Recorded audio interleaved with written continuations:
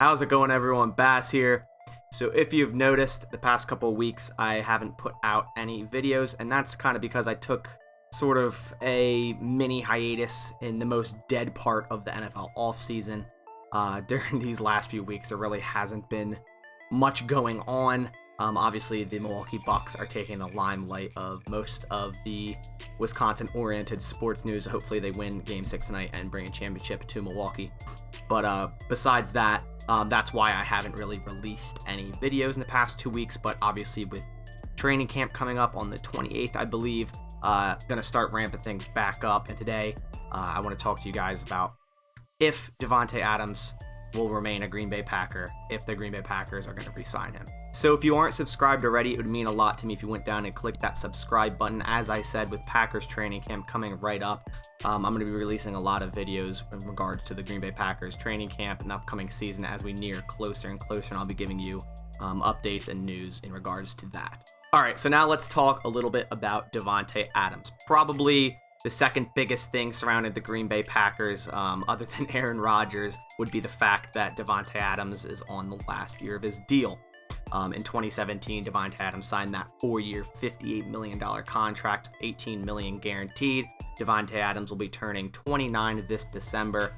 This year is his last year of that deal. And you would assume if Davante Adams were to be re-signed, it would probably be before week 1. At least I would think so. I don't see Davante Adams as the type of player to hold out for that deal, but he definitely deserves this new contract extension. He's the number 1 receiver in the NFL. I mean, let's face it.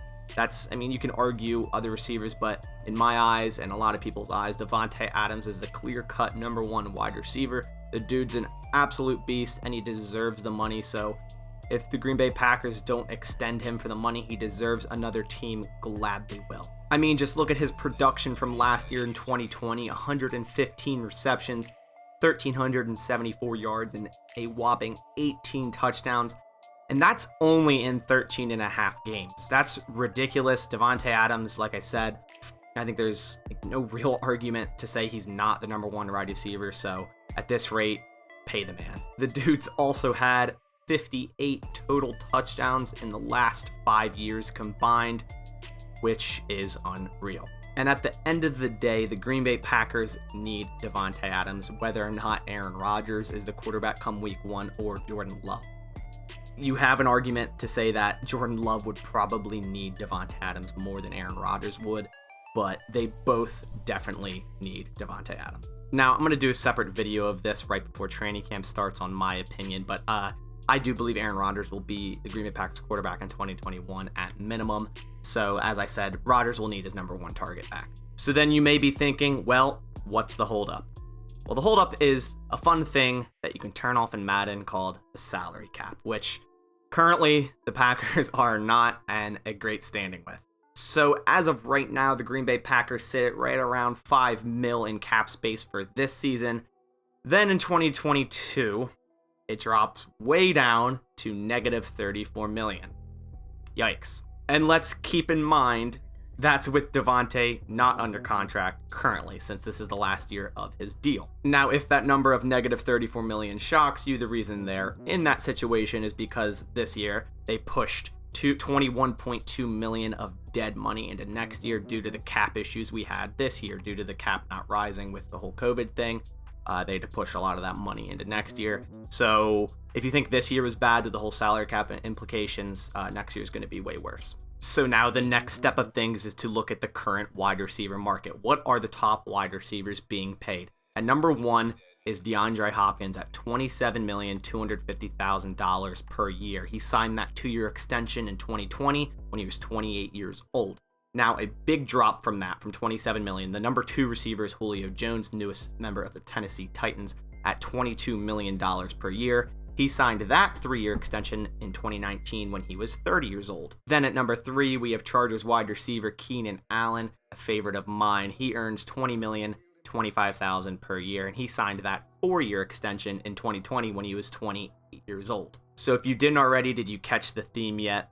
All the top 3 paid wide receivers re-signed their extension right around age 29, which is exactly what Davante Adams will be turning this December. So Davante, like I said, is going to get paid regardless. If some people are thinking, well, he's kind of getting older, he's turning 29, he doesn't deserve to. No, he does. He 100% does, as you see with all these 3 wide receivers that are getting pretty much quarterback money at this rate. Davante Adams is going to be paid regardless. So then the next question in line is, what can the Packers offer for Davante Adams to stay? Now, firstly, I think it's a little stringent upon what happens with Aaron Rodgers, but at the end of the day, money talks. So if they offer him enough, I think he stays. I don't care about that Derek Carr wanting him in Las Vegas crap. I really don't. Money talks at the end of the day. So even if Aaron Rodgers gets traded tomorrow, if they offer Davante Adams top wide receiver money, he's going to remain a Green Bay Packer.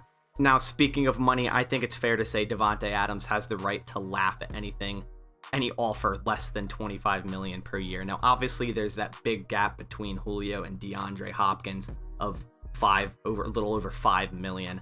At the time of DeAndre's 2-year extension, he got paid so much more than the previous highest paid wide receiver. So we don't know if Davante Adams 100% wants that number 1 wide receiver money, or if he'd be comfortable with something like $26 million per year, which I think is a good value for him. For example, if you could get him to sign a 4-year, $100 million contract, I say you take that contract and sign it yesterday. By the time that deal would be halfway done in 2 years, I think top wide receivers will be making around $30 million a year annually anyways. So I think that deal would be a great deal. But ideally, Davante Adams probably wants to be paid as the number 1 wide receiver in the NFL, because he is the number 1 wide receiver in the NFL, which would be over $27,250,000 DeAndre Hopkins deal.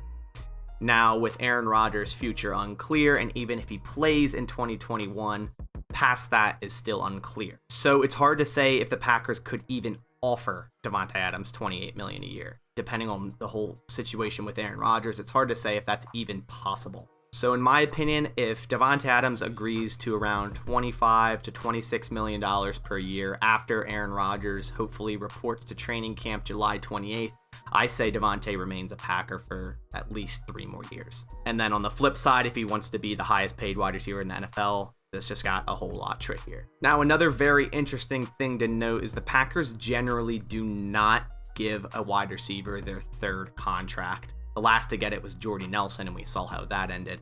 For example, Randall Cobb only saw 1 extension after his rookie deal. Greg Jennings only saw 1 extension after his rookie deal. James Jones only saw 1 extension after his rookie deal, if you don't count the late Hoodie Jones contract into that equation. But a rebuttal to that argument is none of them were on Davante Adams' level at the time of wanting that extension. Randall Cobb came off an injured 383-yard season. Jennings came off an injured 366-yard season. And James Jones came off an 817-yard season. When the Packers gave Jordy Nelson his 3rd contract, also at 29 years old, after he just arguably came off his best season to date, his career high in catches 85 and yards 1,314, he also scored 8 touchdowns. Then he went on to have his best season ever in 2014 right after that extension. So I wouldn't really compare this to the Cobb, Jennings, Jones argument. Rather, I'd compare this to Jordy Nelson. And if I were a betting man, I'd say the Packers find a way to keep Davante Adams in Green Bay. And I would say that does happen. Overall, it'd be really foolish to not retain the number 1 wide receiver in the NFL. And like I said, regardless of who your quarterback is, he's still the number 1 wide receiver in the NFL, and he will help your team tremendously. So I think it would just be dumb to not re-sign Davante Adams.